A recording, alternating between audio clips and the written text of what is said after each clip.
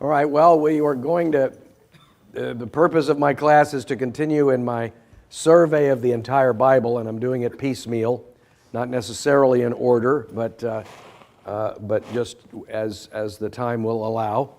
And so I want to begin this week with the survey section on the general letters and the book of Revelation. The general letters would be those that are not Pauline, and the book of Revelation, of course, which is the only letter given to prophecy that we have in the New Testament. This will not include the book of James.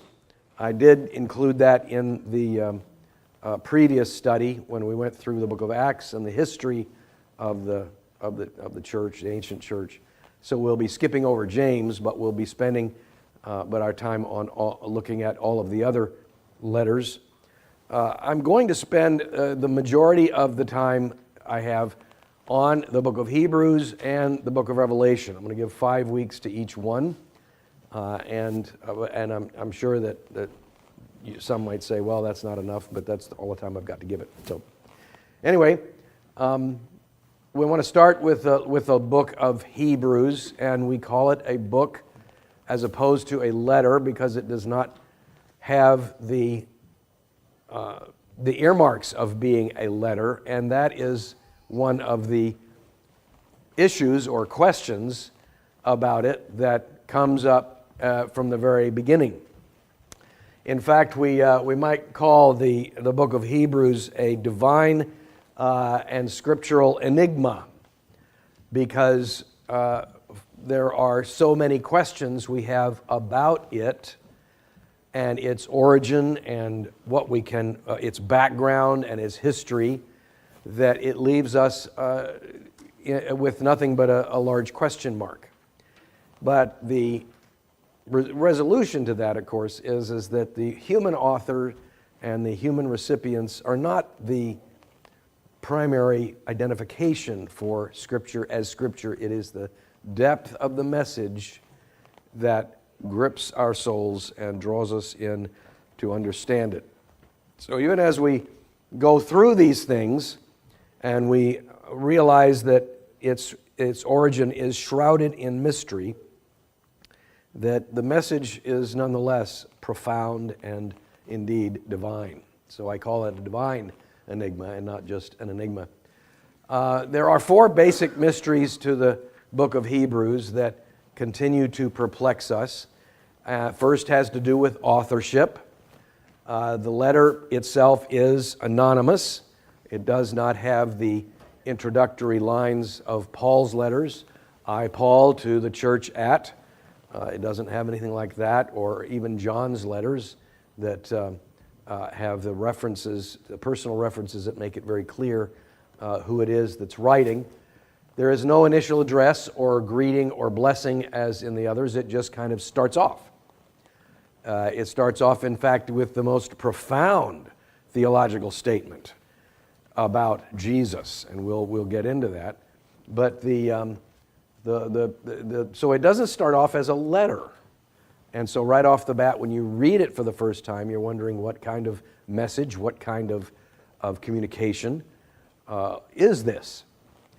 It's also a mystery because at the end of the book, in chapter 13, as we have numbered the chapters since its writing, there are recognizable personal references. But usually, those references give us a clue as to who it is that is writing the letter, if it is otherwise not identified.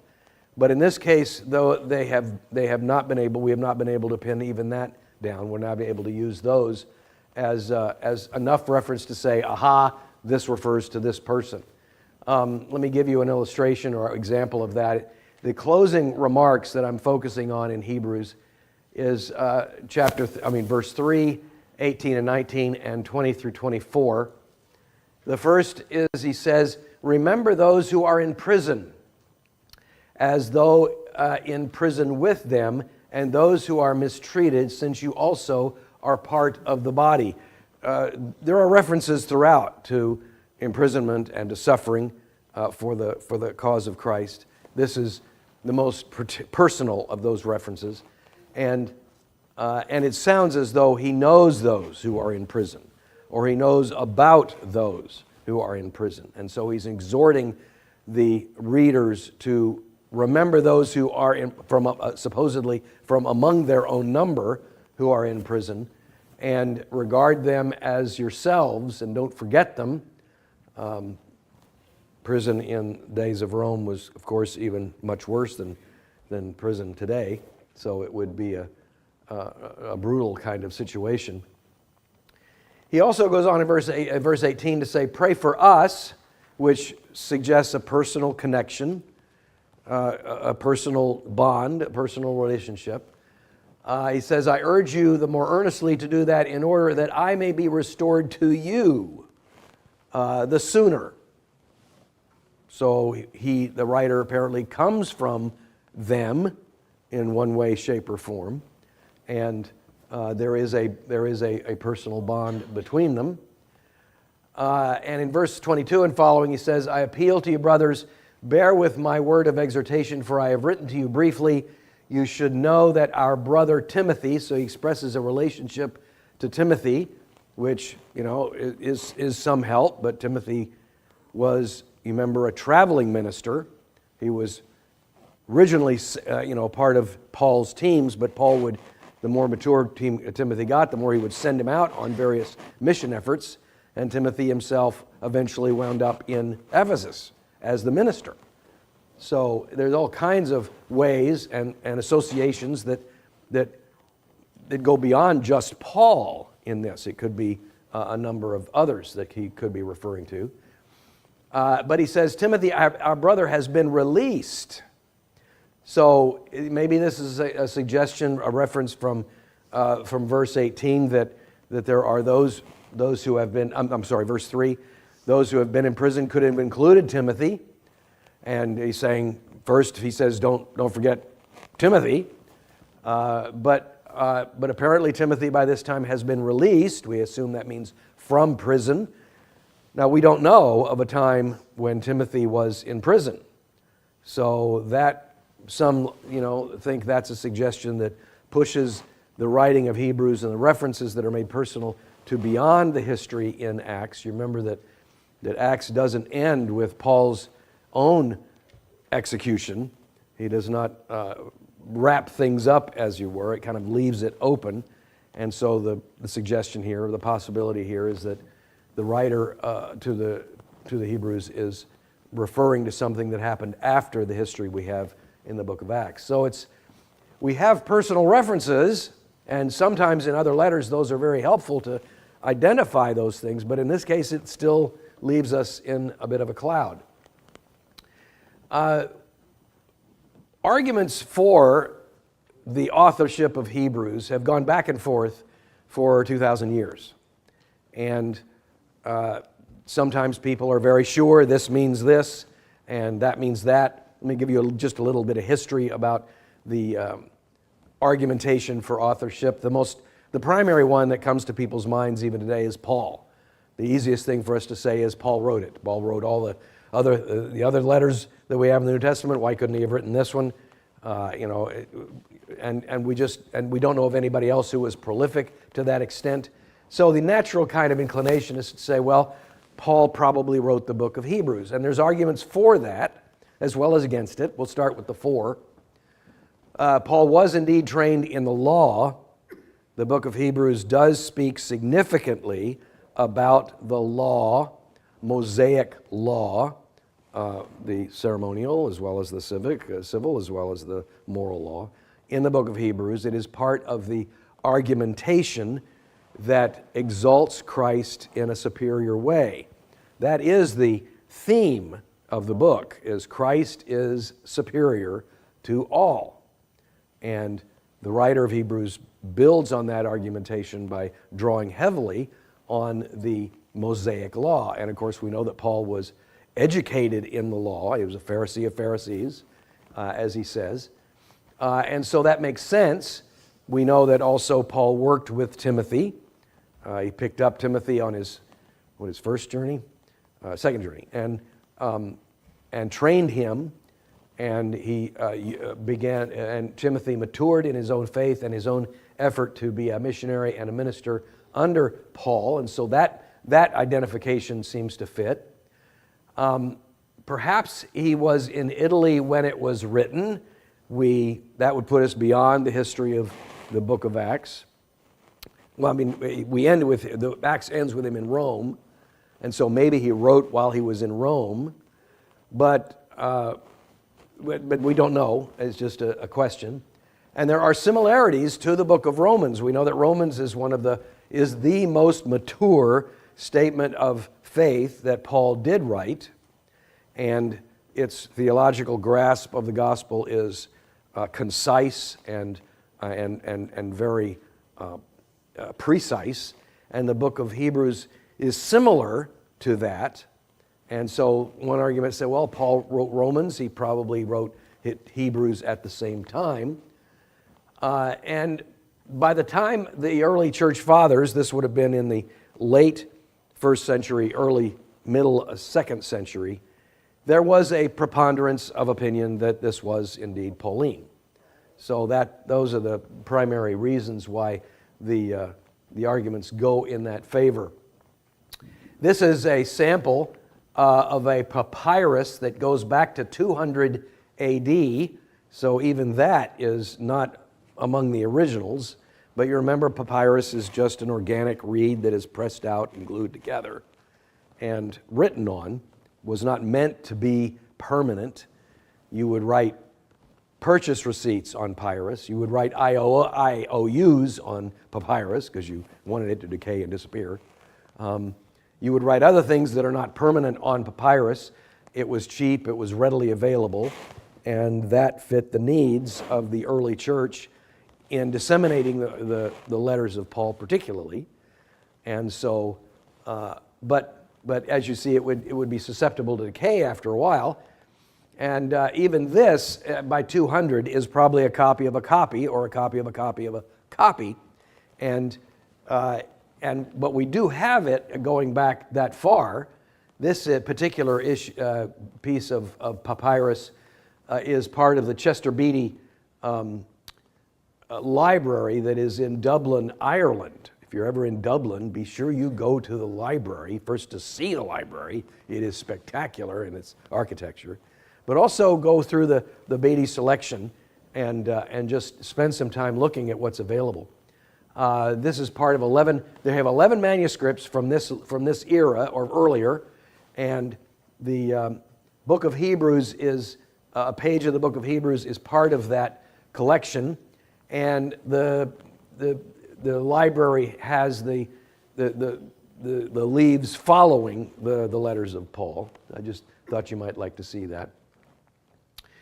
Eusebius of Caesarea, which now moves us into the 4th century, wrote a very famous church history. This also I commend to you. It would be very good reading for you to get a grasp on the first 3 centuries of the ancient church. Eusebius is a good historian, and this is what he says about it. He says Paul's 14 epistles, that means he's including Hebrews, are well known and undisputed. It is not indeed right to overlook the fact that some have rejected the epistle of the Hebrews, saying that it is disputed by the church of Rome, which now Rome would be in the west, just to remind you, on the ground that it was not written by Paul. So even by the 4th century, there's some question. We're just not sure if it was written by Paul. We don't know. And so, but the fact that he mentions it is interesting, But the only dispute that the early church had was not with what the content that it was teaching, but with the authorship. And of course, in the first 2 or 3 centuries, that issue was debated. Does Scripture only come from apostles?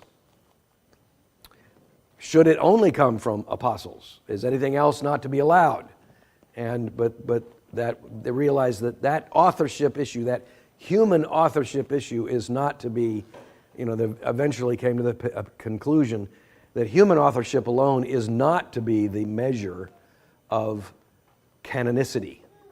The human author, it can be, most of the Old Testament is anonymous as well. And so to start right off the bat and say, we must know the human author does go against that. Plus the fact that Paul's letters readily reference the fact that he used amanuensis or secretaries to write his letters. And so they realize that no, we can't use human authorship as the only true measure by which a letter is to be regarded as divine or scripturally inspired. And so you can tell by the quote that they're wrestling with that. The ancient church is still hemming and hawing as to whether that's a correct issue or not. You get to Augustine in the 5th century. You remember Augustine was a Eastern African theologian in the town of Hippo. He spent most of his ministry in the town of Hippo. He would be part of that North African church, which by this time grew solid in its academia and its theology.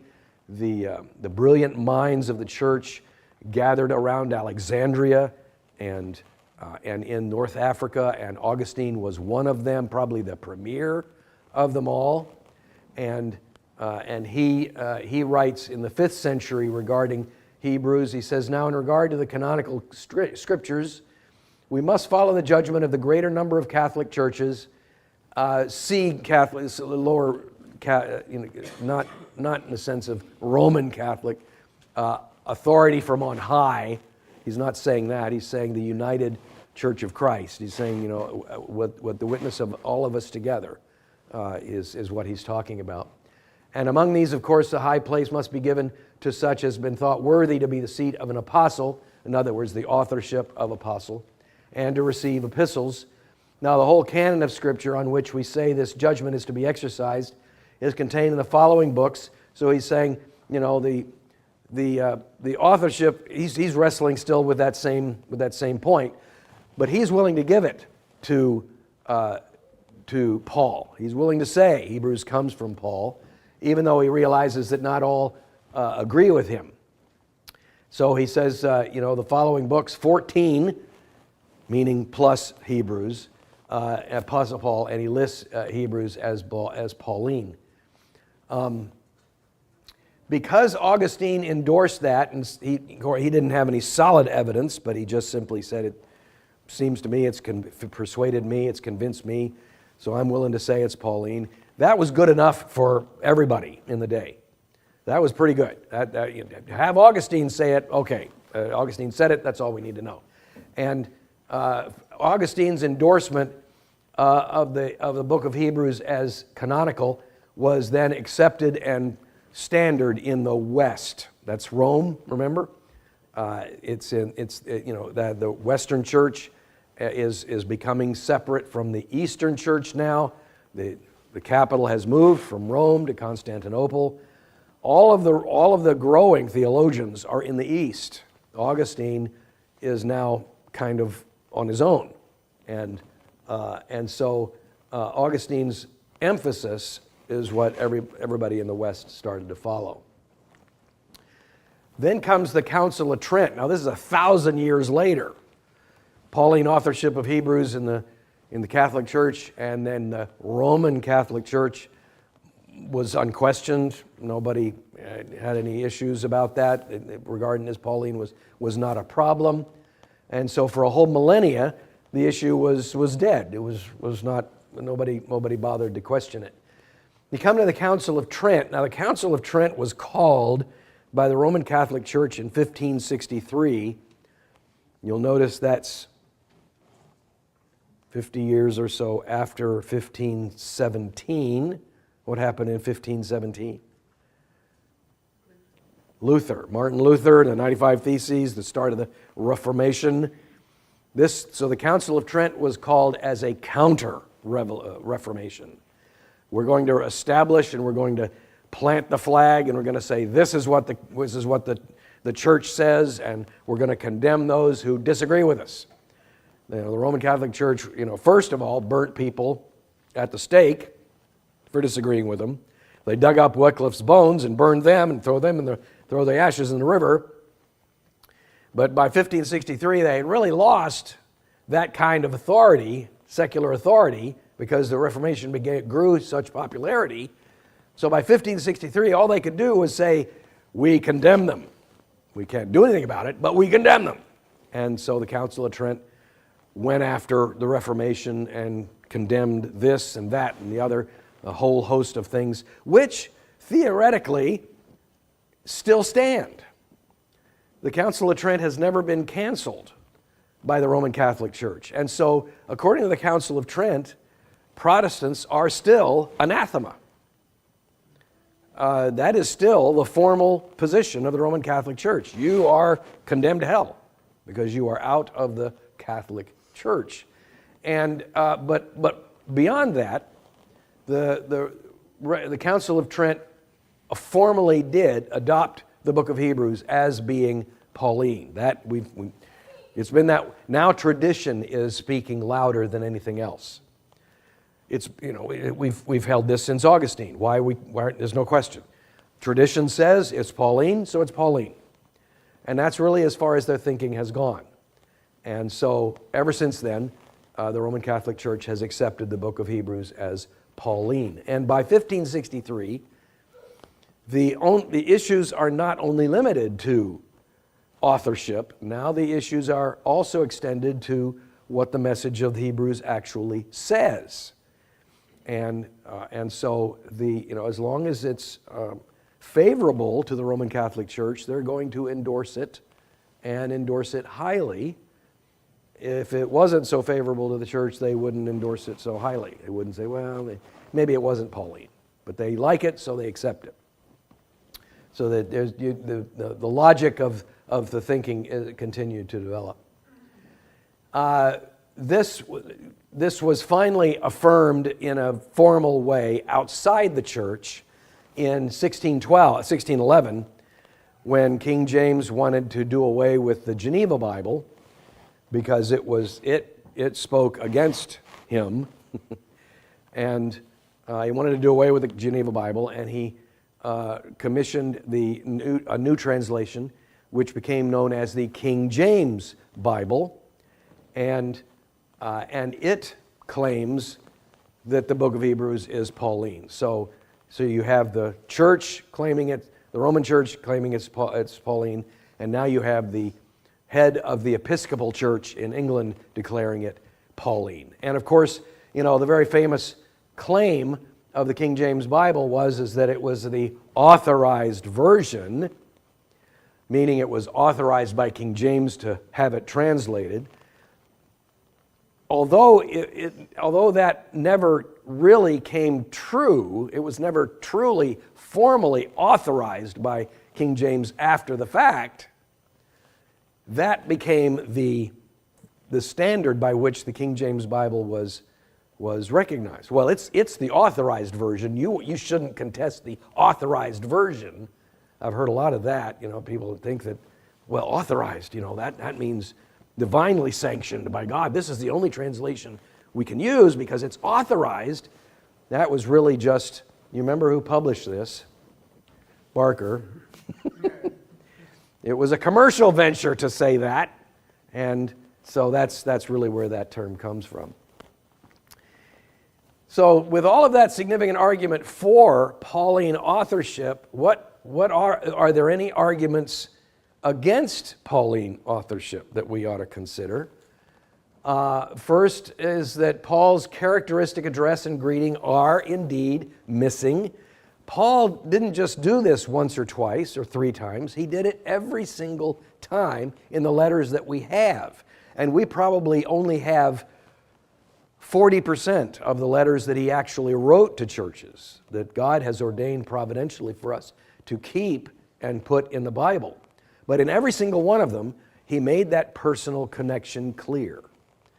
Whether it's like in Galatians, where he asserted himself as an apostle and his own authenticity, his own authority were in question.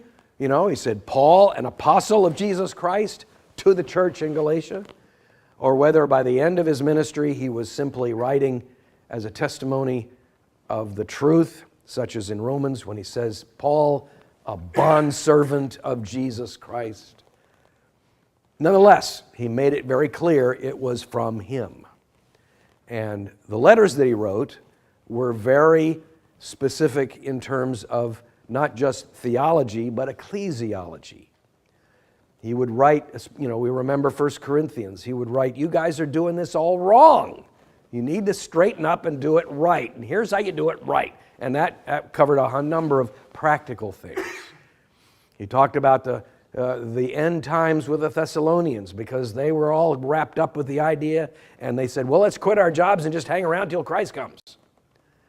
No matter what it was that Paul wrote, even letters that he wrote to Timothy and to his protege Titus, he made it very clear that he was writing on behalf of Jesus Christ as an apostle to this church or to that person.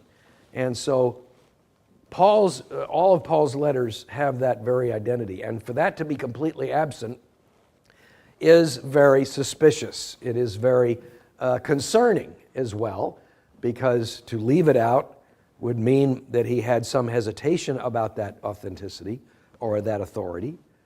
And we just can't be sure about that as well. What's also missing is the signature at the end, the fact that his connections were very clear.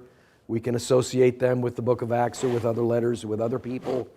We know it, we can trace his ministries throughout that. Another very questionable passage that we find regarding Paul's authorship is Hebrews chapter 2, verse 3, where it says, it was declared at first by the Lord, meaning the gospel, and it was attested to us by those who heard. If you remember Paul's conversion, which he repeated twice, it's recorded in Acts chapter 9, and he repeated the story twice in the book of Acts. Paul always regarded his commission by Jesus as being firsthand. Jesus himself, the risen Lord, gave me my commission, called me to be an apostle, and that, of course, by the way, is the definition of apostle, is witnessing to the resurrection of Christ himself and being under his tutelage. And Paul was very adamant that that is where my authority comes from, not from others. And you remember the confrontation he even recorded for us in Galatians about, I confronted Peter, and even though it took many years for the other apostles to accept him, he nonetheless always distanced himself. Peter writes, Peter goes to those people, I go to these people. He was never considered himself to be a disciple of others. He never said, I have learned the gospel through Peter or James or anyone else, but he had it firsthand. And so for him to say that he was not among those who were declared, the gospel was declared first by the Lord, but rather we heard it through those who heard Jesus, doesn't fit in the argument at all. And so that's a significant question that we have. One that's not so significant is the fact that the Greek of Hebrews is more sophisticated than the letters of Paul. That is not so significant because this could have been a sermon of Paul's that was recorded by some professional secretary who had exceptional Greek, and so that would have answered that without any question. But that nonetheless is something that is argued about. We do not have any scriptural record of Timothy's imprisonment coinciding with Paul's. Paul's imprisonment was when he wrote Romans, and apparently, the argument goes he wrote Hebrews as well. But if that's the case, we don't have any record of Timothy being imprisoned and then released while Paul was still in Rome under house arrest. So that doesn't jive. And there is the absence of Paul's style or Pauline-styled spiritual experience or tension. The book of Hebrews comes across, as I said, as a teaching tool, a sermon, if you will, a class, a lecture even. But there is no driving passion in the work that we hear in Paul's letters. Whether it's Philippians, I long to be with Christ. To be with Christ is better than to be in this life. That kind of personal passion is missing in Hebrews. It's straight teaching, wonderful teaching, theologically excellent teaching. But nonetheless, there is that style that is missing, and that seems to bug some people about that as well. There have always been speculations about others who might have written the book of Hebrews. There's a whole list of those. The problem is that none of them get off the runway, if you will, and so we just have to leave it there. Clement of Rome is the first one who was given credit for writing it. Clement of Rome would have been one of the disciples of the disciples, and probably of John, and his time of influence in Rome was around the turn of the century, 100 A.D. He was the very first of the apostolic fathers. He wrote several letters, but the only letter that survived is called First Clement. It was written to the church in Corinth, and it was written on his way to his martyrdom.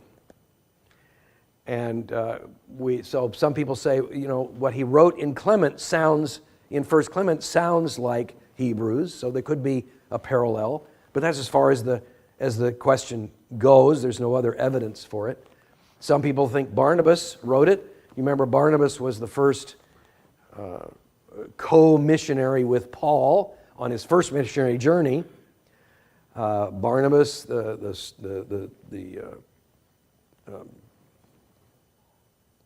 not son of thunder, but son of friendship. What's the term? Encouragement, son of encouragement. Thank you. Son of encouragement. He was a more mature Christian than even Paul was. He was the one that left Jerusalem and went to Antioch, and then went over and got Paul and brought him back to Antioch and went off with him. After the first missionary journey, he took Mark, and they went back to Corinth. Not to Corinth, but the island of Crete, which was his hometown. And that's kind of where the history leaves him. But he was very clearly able to speak the gospel. He comes from a Jewish background. He might very well have known the law. So it's a viable option. But we have nothing else to go by. No other writings of Barnabas. Nothing else to go by in that. Tertullian in the 4th century is the one that kind of suggests him. Some people think Luke wrote it. And this is the one that I was first attracted to the most in my theological studies, was Luke, because of the similarities that the book of Hebrews has to Stephen's speech in Acts chapter 7. Stephen's speech in Acts 7 stands out as clear structure of appreciation, of interpretation of the Old Testament, particularly of the temple cultus, and Hebrews is right along the side with its parallel in its argument and in its structure to Stephen's speech. And so it makes sense that if Luke understood Stephen's speech and wrote it in such a profoundly clear way, that he would be capable of writing the book of Hebrews in with a very similar argument. The problem is that Luke, of course, was trained as a physician. He became a devoted disciple of Paul, and he focused his mind on investigating and recording history, not writing theological tomes. And so, again, we just don't have we can't get it, use that analogy again. We can't get the plane off the runway. There's no farther, it doesn't go any farther. So that we have to settle on that. Silas is a just similar kind of thing. Silas was the one who went with Paul on his missionary journeys, second and third missionary journeys. We don't know anything else about Silas. Could he have written it? Who knows? No other evidence. Apollos, this is what Luther speculated in the 16th century. He thought Apollos did it. Again, there's no other connecting evidence for that. I tend to lean away from that because I don't think that Apollos theology was as mature enough to generate this. And being a Greek, he would have had to have a lot of background study in the law of Moses, and that just doesn't seem to jive chronologically. Philip, the deacon who settled in Caesarea Philippi, is again a suggestion, but again, there's no evidence to say that he did that.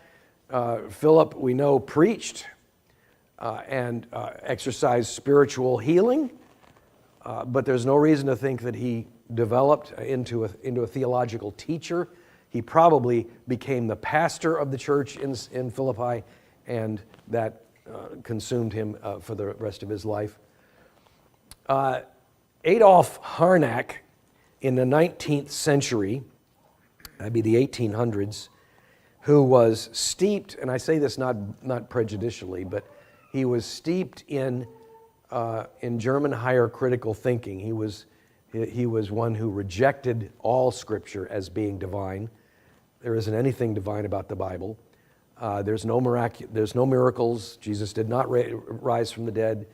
The Bible is nothing but we are called in a very noble way. We are called to reduce the superstition of the Bible to its moral truths. That was Adolf Harnack. You'll hear more about him when you come to my first seminar in October. He speculated, he didn't have any dog in this fight otherwise, and that kind of released him from any curbs on his thinking. He's the one that first came up with the idea of Priscilla. And of course, in the late 20th century, Christians, wrapped up in feminine equality, now think, oh, that's a great idea. Why can't Priscilla have done this? Priscilla's always, stated first, with Priscilla and Aquila, Priscilla, and they taught Apollos, there's no evidence that she wrote anything, and there's no evidence any further that she should be given any more further consideration than that. We can just say she's in the running. Is it likely? I don't think so, but who knows? The one that's kind of floated to the surface of late, and the one that I think now has the most credibility, is John Mark. Mark, of course, is the one who has that, shows up first in that anonymous, rather embarrassing record in the book of Mark, and then he is picked up by Paul to go on his first missionary journey. It says that in the midst of the first missionary journey, he left them and went to Jerusalem, not to Antioch, not back home, but to Jerusalem. But it doesn't tell us why. The tendency people have is to say, well, because Paul's nose was bent and he didn't want Mark to go on his second journey, that Mark must have done something that bothered Paul, made him angry. We don't know that. We just know that there was some reason that he didn't want to do it, and Barnabas was willing to take him, okay? Does that say anything about Mark's credibility, his theology, his dependency, his trustworthiness? No one knows. No one has any idea. However, Mark continues to show up. And in fact, by the end of Paul's ministry, he depends heavily on Mark. Mark is one of the strongest soldiers for Paul that he has. That is a long record of that's a long career in the development of the Christian faith, and to be credited as he is with the authorship of the gospel, which he would have heard from Peter, and then so he spent considerable time with Peter, and considerable time with Barnabas, and considerable time with Paul. Now, it's true, we don't have record of him writing anything else, but when we think of that, he certainly should be considered in the running. There's many parallels that are common between the book of Hebrews and 1 Peter. That's interesting. Where would those parallels come from, if not from a similar author? And so there is in the school of Alexandria, there is reference to the maturity of faith and the literary acumen that Mark has. He's considered highly in the church by then. And so I tend to lean that way, but Origen in the 3rd century, leaves us in a position we just can't move beyond, and that is, who wrote the epistle? In truth, only God knows. And God wrote it, but we don't know who the human author is. So that's the debate about authorship. The targeted recipients is just as frustrating a mystery. We really don't know much about that. The title to the Hebrews is given in the 2nd century. It's not in the original. And so that even leaves up the question, was it really written to Jews or could it have been written to Gentiles? We don't know. We traditionally think, well, because it's about the Mosaic Law, it's written to the Jews, but no, it may not have been. It's appropriate, though, to be addressing the Jews because of its understanding of the Old Testament cultus. The letter first appears in Rome. Clement, writing in Corinthians, quotes it. He quotes from it, but he doesn't mention the author's name. That just drives me crazy. You can't do that today. You have to credit those guys. You get sued. But he quotes from the letter of Hebrews. He doesn't tell us who wrote it. That's all you had to do, Clement, was put the name in. Anyway, if he quotes from the letter of Hebrews, it's unlikely, therefore, that he wrote the letter that he's quoting. I mean, that's a bit of vanity. But anyway, it's unlikely to be Jerusalem. The target is unlikely to be Jerusalem for the very interesting reason is that the temple is not mentioned in the book of Hebrews, either theologically or historically. And that is one of the parallels to Stephen's defense in Acts 7. He doesn't mention the temple either, which is very interesting because, well, we'll get to that in a minute. Possibly the target was Palestine or Alexandria or Corinth, some of the more developed, mature churches, perhaps. And there is an evident personal connection, understanding of the recipient's persecutions leads to a dead end. There's persecutions are now beginning to appear, and that doesn't really help us identify who the author is writing to. The third mystery is the date of composition. We go back to the only clues we have, and that's in chapter 13. It's probable that Paul is even no longer alive by this time. He dies in 64 AD. It's likely that the letter of Hebrews is written after Paul's death. There is mention of Timothy being released. He's able to travel. That would push us past the book of Acts. Like I said, it's quoted by Clement. It's also quoted by Clement of Alexandria, who knew of it in the 2nd century, as did his predecessor, a minister we don't otherwise recognize. But so it's early, but it's probably after Paul's death. There are some odd references to the cultus of the Jews. The sacrificial practices in the temple, in the tabernacle, are spoken are not only there, but they're spoken of in the present tense. Again, the temple is not mentioned. The temple has been there. The temple that's destroyed in 70 AD has been there since before the time of Christ. Why is the temple left out of the book of Hebrews? The focus is on the tabernacle. No mention whatsoever of the temple in Jerusalem or its destruction.